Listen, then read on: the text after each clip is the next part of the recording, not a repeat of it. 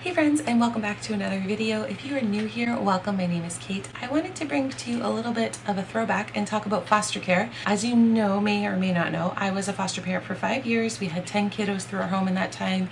We adopted one of those sweet, precious kiddos, and then God called us into a different journey in our life. Leaving foster care was really hard for me. It's still something I miss. Even though I do a lot of the same type of work in my new ministry position now, I really miss foster care, and I know foster parents need encouragement, need support, need training.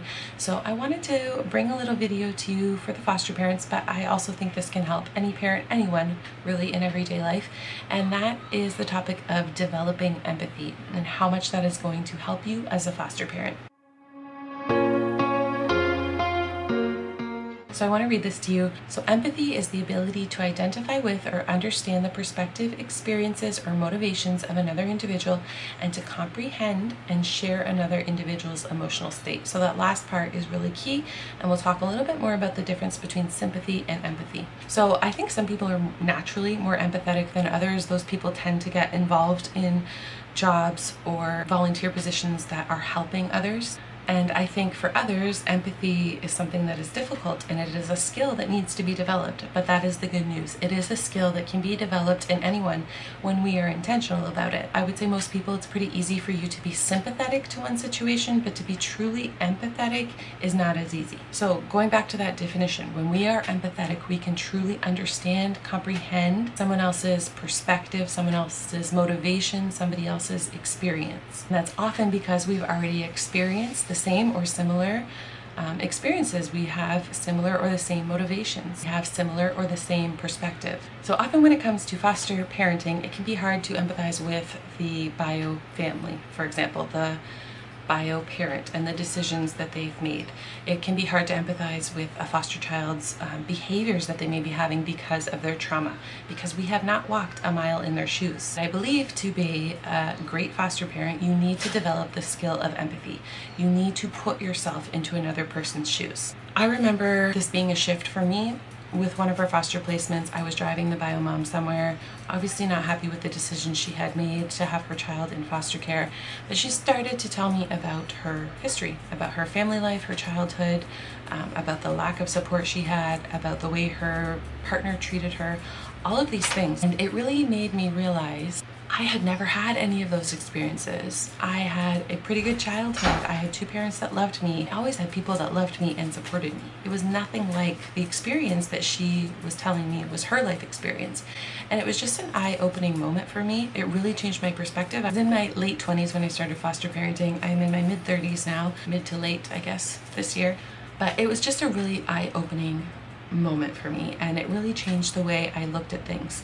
I was able for a moment to put myself into her shoes. So how was I able to put myself into her shoes? So I think the biggest and easiest way is simply to ask questions and genuinely listen to their answers. Not just ask questions to make small talk, but genuinely listen to their answers. So often we miss what they're communicating because we're simply trying to have a conversation. So really deeply and thoughtfully listen to the answers. Ask about their childhood experience. Ask about adversities they faced, ask about their culture, ask about their religion, ask about these things so you can get a different perspective.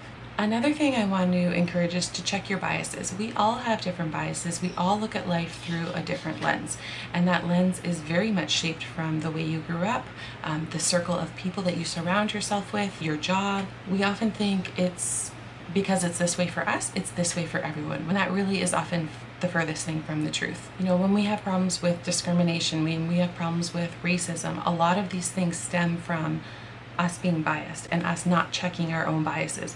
For me, I'm a 30-something white woman who has grown up in Canada in a relatively comfortable life. So my lens is shaped by that experience.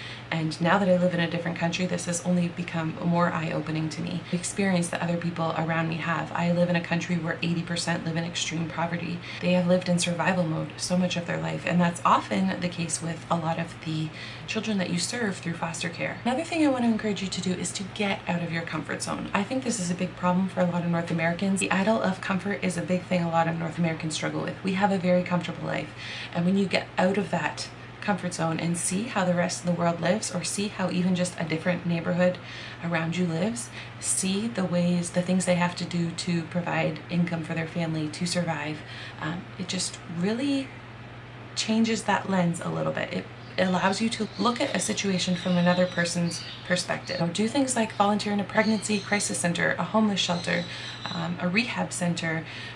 However you can get involved in people who have much different life experiences with you is going to allow you to develop empathy. We're all broken, but those of us that are less broken can help those that are a little more broken. It's so important as foster parents because often when we are stepping into a family, stepping in to serve a family, we are stepping into a situation we know nothing about. We may be stepping into drug addiction. We may be stepping into poverty. We may be stepping into mental health crises. And often, not always, but often, as a foster parent, you have never had any sort of lived experience with those sorts of things.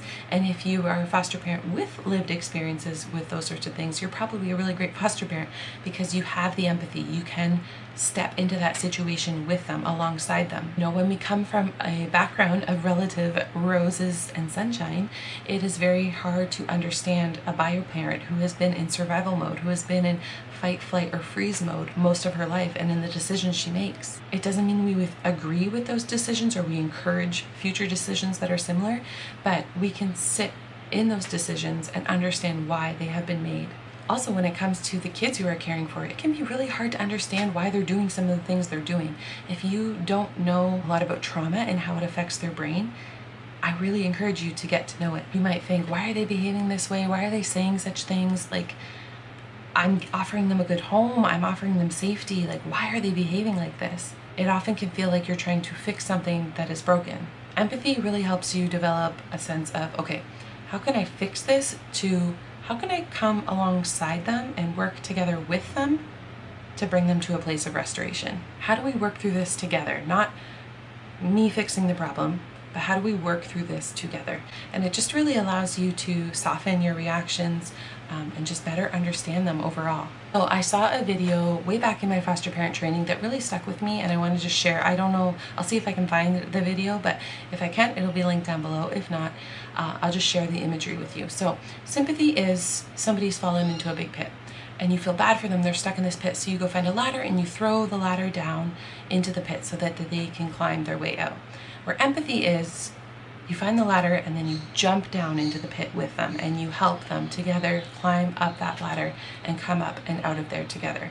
You are then seeing the pit from their perspective and not from looking down on them.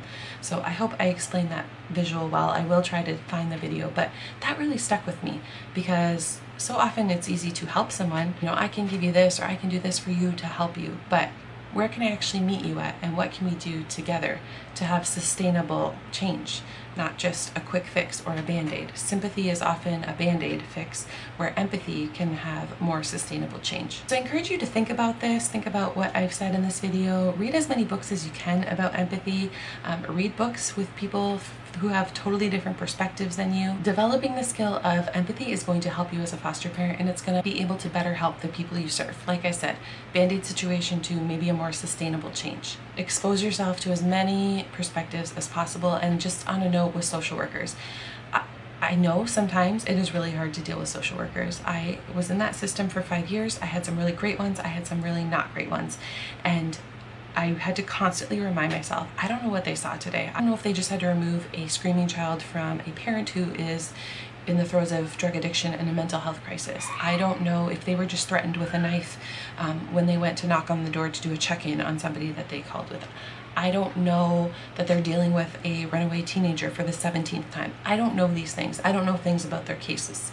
So remember to put yourself into the perspective of a social worker when you are dealing with them. Your situation might not be urgent to them, even though it seems urgent to you, and they're just trying to manage the fires. So just a little end note there about social workers and how you can develop empathy to have a better relationship with them. Anyways, foster parents, I hope this video was helpful for you. Share this video with other foster parents. I am no longer a foster parent, but I still have a heart to really encourage foster parents. I hope to bring out some more videos about foster parenting, but I have a whole playlist about foster parenting. I will leave it linked down below. Thank you so much for being here. I appreciate you very much, and I'll see you on the next video. Bye.